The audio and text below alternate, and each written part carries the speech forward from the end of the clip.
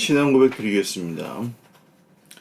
전능하사 천지를 만드신 하나님 아버지를 내가 믿사오며 그 아들 우리 주 예수 그리스도를 믿사오니 이는 성령으로 잉태하사 동정녀 마리아에게 나시고 본디오 빌라도에게 고난을 받으사 십자가에 못 박혀 죽으시고 장사한 지 사흘 만에 죽은 자 가운데서 다시 살아나시며 하늘에 오르사 전능하신 하나님 우편에 앉아 계시다가 저리로서 산자와 죽은 자를 심판하러 오시리라. 성령을 믿사오며 거룩한 공예와 성도가 서로 교통하는 것과 죄를 사하여 주시는 것과 몸이 다시 사는 것과 영원히 사는 것을 믿사옵나이다. 아멘. 찬송가 204장 찬송 드리겠습니다.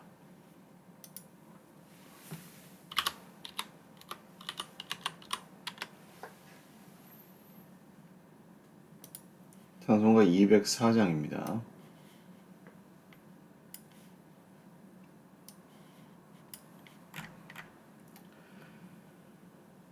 주의 말씀 듣고서 준행하는 자는 반석 위에 터닫고 집을 지음 같아.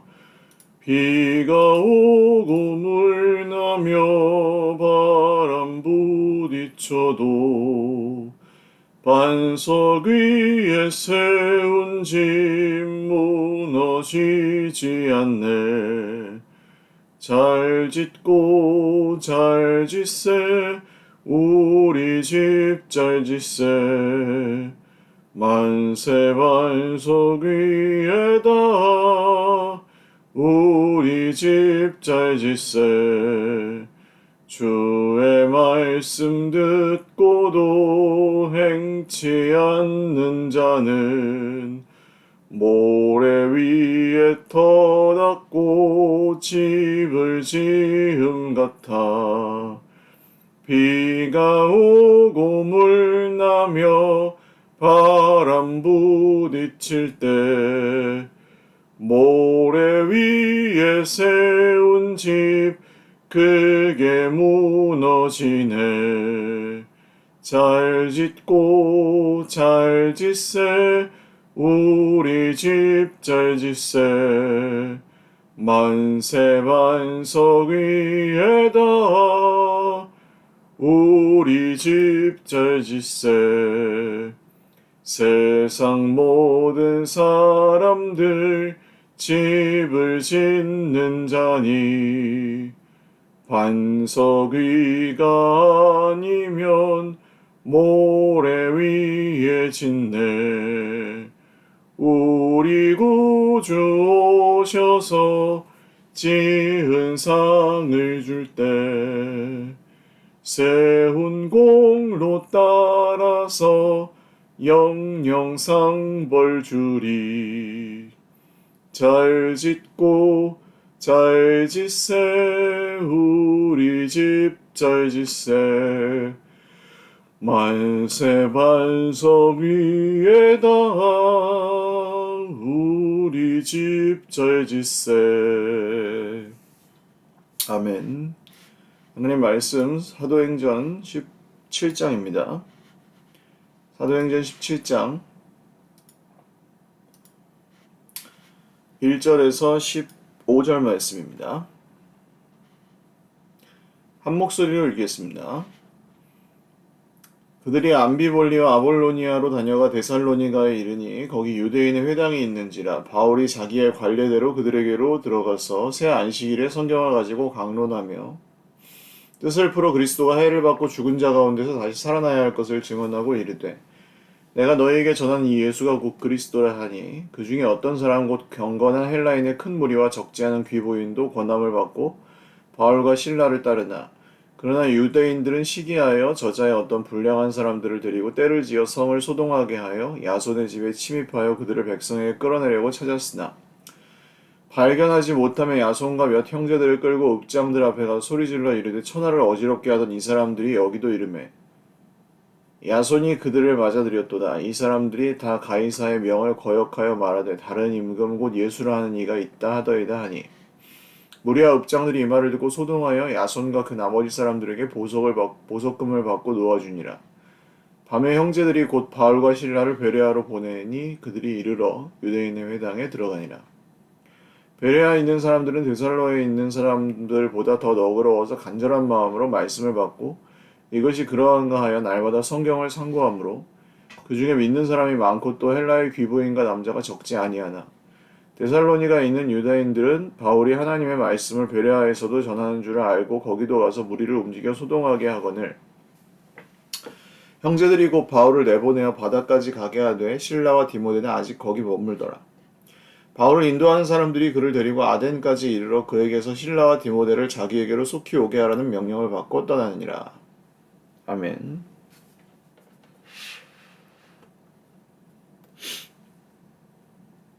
기도드리겠습니다. 살아계신 하나님 아버지 감사합니다. 오늘도 주님 앞에 예배합니다. 우리의 예배를 받아주시옵소서. 하나님 오늘도 주님 광야 같은 세상 가운데 주의 백성들이 참 맨몸으로 살아가고 있는 것처럼 약함과 고난 중에 있습니다. 주님 헐벗은 것처럼 살아가는 저희들을 긍휼히 여겨주시고 주님 품에 안아주시고 주님 저희들을 주님의 손으로 덮어주십시오.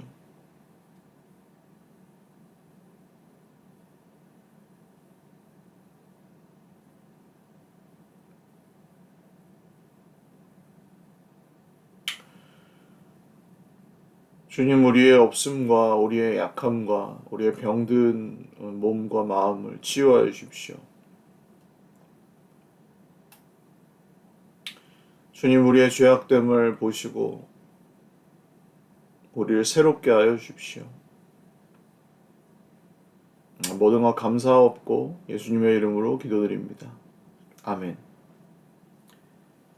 할렐루야. 오늘도 하나님의 은혜와 평강으로 풍성한 하루 누리시길 바랍니다. 빌립보에서 쫓겨나다시피 한 바울과 실라는 암비볼리와 아볼로니아를 거쳐서 데살로니가라는 곳으로 갑니다. 2차 선교 여행의 여정은 마게도니아로 건너가서 그리스 지방의 도시들을 순례하고 있죠.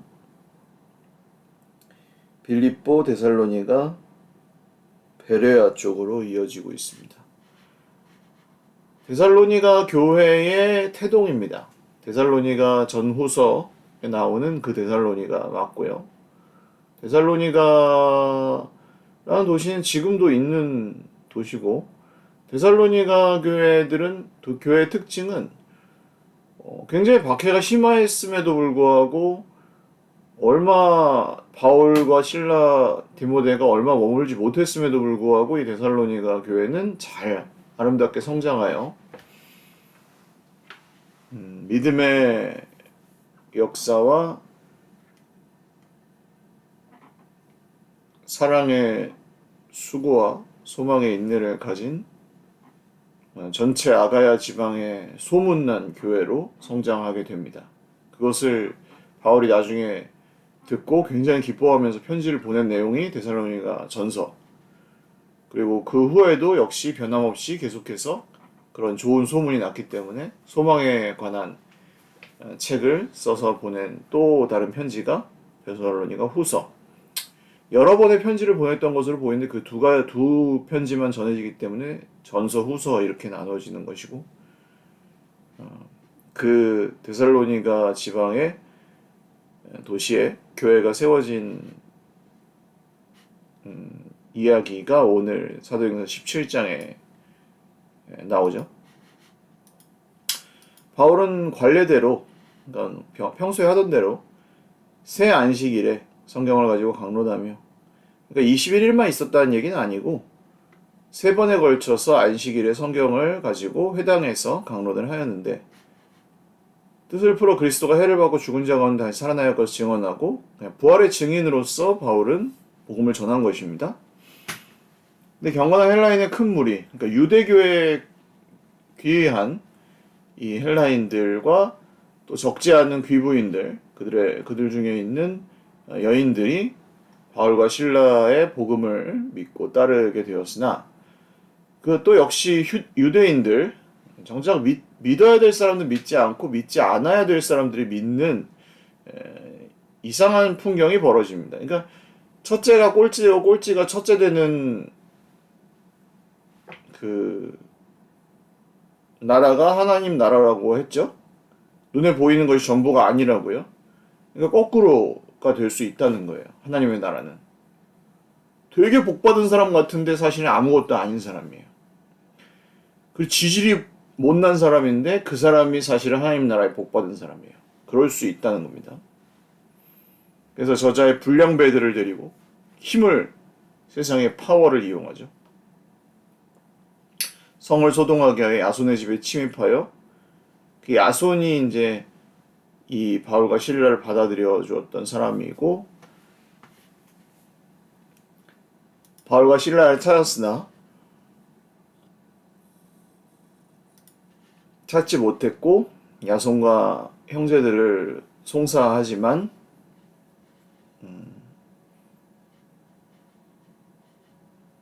야손은 석방됩니다. 밤에 형제들이 바울과 실라를 베레아로 보냅니다. 야반도주를 시키죠. 이제 뭐 그야말로 봉변을 당하거나 죽을 수도 있는 상황, 정말 난동이 벌어졌기 때문에 이 바울이 복음을 전하는 게 그만큼 영향력이 있었다는 거예요. 그러니까 지금처럼 뭐 이렇게 전했는데 너나 잘 믿으세요 이런 정도가 아니고, 바울이 복음을 전하면 그 성에 막 정치적, 경제적, 문화적, 사회적 영향이 엄청나서 이 바울을 죽이지 않고서는 이 성이 유지가 안 될 정도로 그 마을 자체가 완전 지각 변동이 있을 정도였다. 그런 뜻입니다. 도저히 그 우상단지 팔아먹고 살던 사람들은 다 망하고 정치체제, 사회체제가 유지가 안 될 정도로 복음 전도가 영향이 있을 정도였다. 그런 뜻입니다. 어떻게 보면 되게 무섭기도 하고 멋있기도 하고 그런 장면입니다.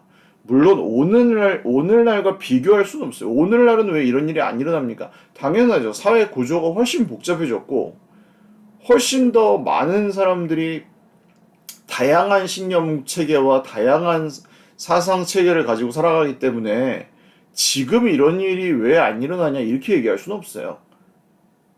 지금은 그 당시 고대에는 훨씬 더 단순한 세상이었고, 뭐 먹을 거를 주냐 못 주냐 뭐 이 정도만 가지고도 그냥 사람을 좌지우지할 수 있는 그런 세상이었다고 한다면 지금은 그 정도로 단순하지가 않죠. 아니면 100년 전만 해도 그냥 그냥 이시조선 아닙니까? 100년 전에는 1900년 초반만 해도 일제시대, 죽이려면 죽일 수 있는 그런 시대 아니에요? 힘을 가지고 총칼을 가지고. 그때만 해도 미개했잖아요.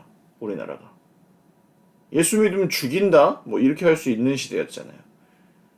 그러니까 100년 전만 해도 그런데 2000년 전이라고 생각해 보시면 더욱 뭐 말할 것도 없죠. 그렇게 단순했던 고대 시대와 지금을 단순 비교할 수는 없습니다.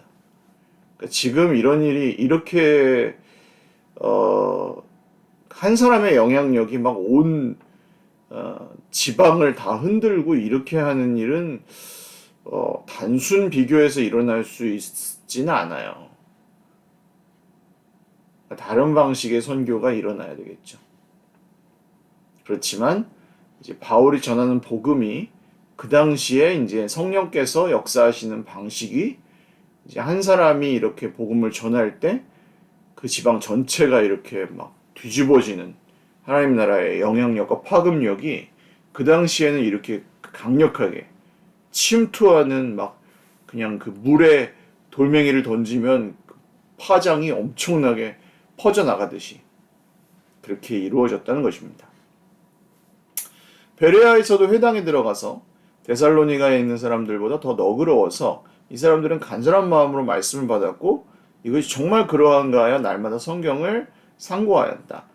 그러니까 이 사람들은 그 성경을 대하는 자세가 이거 뭐 의심하는 자세가 아니라 이게 정말 그런가? 이 성경에서 그 이유를 찾고 발견하기 위해서 그러니까 보는 자세가 다른 거죠. 이 시비 걸려고 보는 게 아니에요. 그래서 확인하고 그 안에서 자기를 비추어 보고 그러니까 말씀을 해석하는 게 아니라 말씀이 자기 삶을 해석하게 하는 거. 이 차이가 이해가 가신다면 성경을 저는 이제 중급 이상이라고 봅니다. 이게 급이 있는 건 아닌데 성경을 보실 때 성경의 뜻을 잘 모르겠어요. 성경의 뜻은 원래 잘 몰라요, 사람이. 성경의 뜻을 어떻게 아무리 하나님께서 우리에게 잘 알 수 있는 방식으로 풀어서 사람의 말로 증거하신 거긴 하지만 하나님의 뜻을 우리가 다 어떻게 알겠습니까? 그런데 하나님의 뜻을 알려고 보는 게 아닙니다. 하나님의 뜻에 우리의 모습을 비추어서 하나님의 뜻이 우리를 어떻게 해석하시는지를 보는 거예요. 해석해 주시는 걸 보는 거예요. 해석해 주시는 걸. 하나님이 우리 이렇게 생각하시는구나. 이런 걸 보는 거예요, 이렇게. 그러니까 내 삶에 대한 해석이 나와요. 거울 비치듯이. 참 부끄럽다. 때론 이렇게 보이고, 이게 내가 잘못했었구나. 하나님이 이런 걸 싫어하시는구나. 이런 게 보여야 되는 거죠. 안다스텐? 그러면 이제 성경 보시기 시작하는 거예요. 그때부터. 이게 무슨 내용이에요? 나랑 상관도 없는 거 이걸 왜 보고 있어요? 이러면은 이제 아직 예수님과의 인격적인 만남이 이루어지지 않은 거고, 예수님이 나의 이런 모습을 참 싫어하셨겠구나. 예수님 제가 잘못했어요. 이렇게 보시는 게 이제 정상이에요. 그때부터. 성경을 제대로 보시기 시작하는 거예요. 이 속에 성경 기자들의 감정들이 이해가 가고, 이 성경 인물들의 그때 느꼈을 그 죄악, 그 수치심, 정말 내가 죄가 이렇구나. 이렇게 극렬하게 반대하는 이유가 뭘까? 내 맘대로 살고 싶어서 그러는구나. 끝까지 죽어도 지가 잘났다고 이 복음을 반대하고 이렇게 극렬하게 쫓아다니면서 바울을 죽이려고 하는 이유가 뭘까? 내 맘대로 살고 싶어. 하나님 거절하는구나. 우리도 그럴 때가 있지 않았습니까? 곧 죽어도 내가 옳다고 끝까지 교회 형제들이랑 싸우고 그럴 때 있지 않았습니까?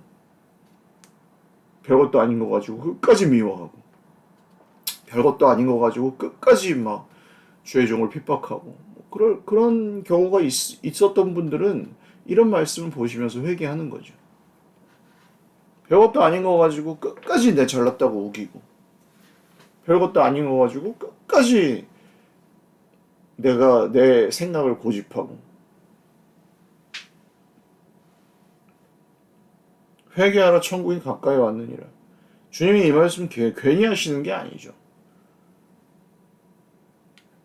그럼 또 이제 이런 말씀 목사님 전하면은 니는 얼마나 잘났는데 또 이런 생각이나 하는 거죠. 그러니까 이게 내 삶을 해석해 주신 말씀을 들어야 되는데 그게 아니라 전부 시비만 걸고 있는 거예요. 끝까지. 인간의 말로만 듣고. 그러니까 애통하는 마음도 없고 긍휼히 여기는 마음도 없고 사랑하려는 마음도 없고 내가 한 수 접고 들어가려는 마음도 없고 내게 뭔가 문제가 있지 않을까라고 먼저 생각하는 마음도 없어요. 그러니까 늘 힘들고 제가 말씀드리잖아요. 속이는 저 얼추라고. 속이는 저 얼추에 나는 당했어. 난 피해자야. 네가 문제야. 너 때문에 내 인생이 고통스러워. 영원한 고통을 당할지어다. 저주받은 인생이 되는 거죠. 자기는. 그런 우리 인생을 구원하러 오신 분이 예수님입니다. 이게 복음입니다. 부활하신 예수님.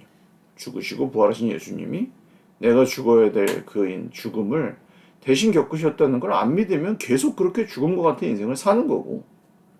몰라요. 그럼 제가 어떻게 책임질 수가 없는 거예요. 설교자가 책임을 못 져요. 자기가 믿어야지. 자기가 회개하고 자기가 믿어야지. 자기가 죽고 자기가 부활해야지. 그게 예수님을 믿는 믿음입니다. 바울은 여기서 이제 외롭게 데살로니가를 떠나 베레아를 떠나 디모데와 실라는 거기에 좀 머물게 됐고 바울이 여기서 이제 무일푼으로 쫓겨나 아테네로 혼자서 갑니다. 여기서 이제 아테네에서 고린도까지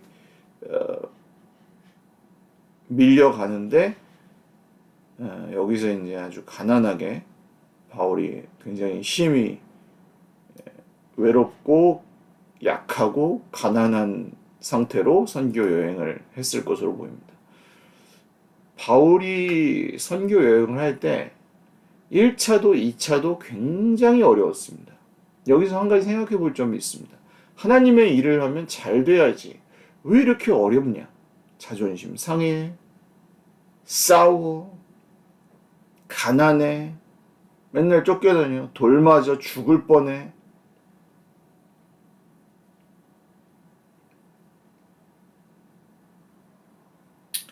예수 믿으면 복 받아야지. 이렇게 헌신하고 이렇게 잘 열심히 하는데 순교하시거든요. 나중에 그렇게 전해집니다. 이게 뭐야 도대체? 그런 생각이 드실 수도 있습니다. 잘 믿은 걸로 따지면 바울이 얼마나 잘 믿으셨겠어요? 기도한 걸로 따지면 얼마나 기도를 많이 했고 병 하나 안 고쳐주거든요. 3번이나 기도하셨는데 불치병이 안 나아요. 내 은혜가 너에게 족하다. 충분하다.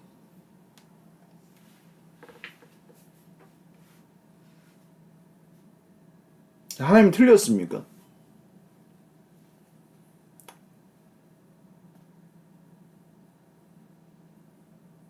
거기서 바울이 이렇게 고백하죠.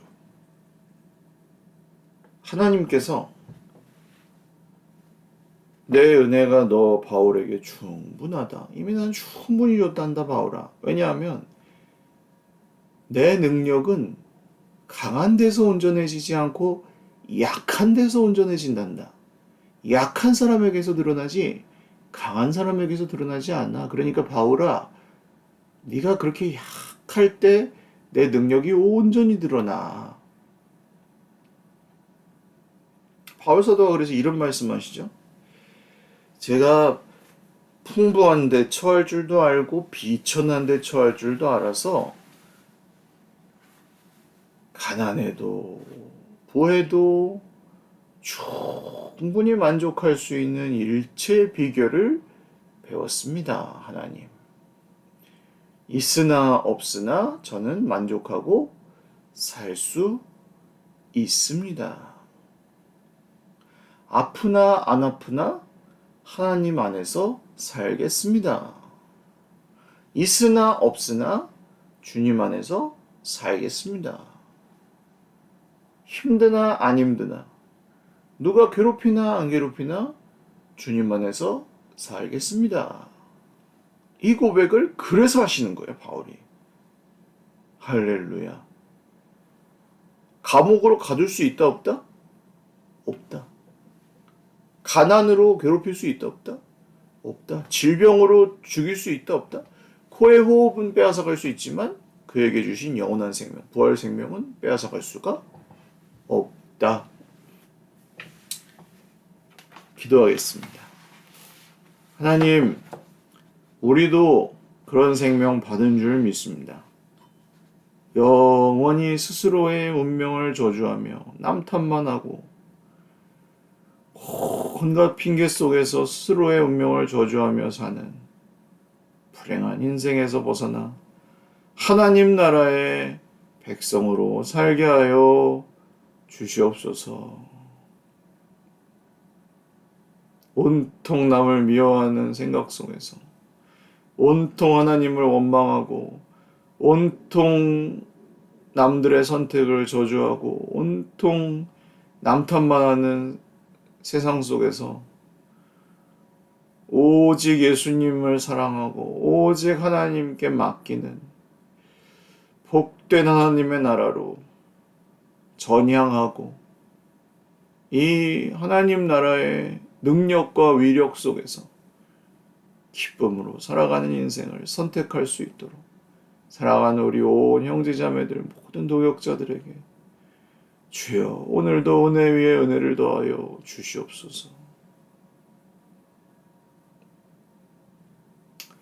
듣는 자에게 생명을 주시는, 순종하는 자에게 은혜를 주시는, 평화를 주시는 예수 그리스도의 이름으로 기도 올리옵나이다. 아멘. 네, 감사합니다. 오늘 6월 6일 현충일 휴일 잘 보내시고 우리 나라를 지키기 위해서 오늘도 애쓰고 계시는 모든 분들을 위해서 기도해 주시고, 군복무 중인 형제들 우리 교회 좀 있습니다. 동현이, 우리 김준영 형제, 지도영 권사님 아드님, 큰아드님 동현이 위해서 기도해 주시고.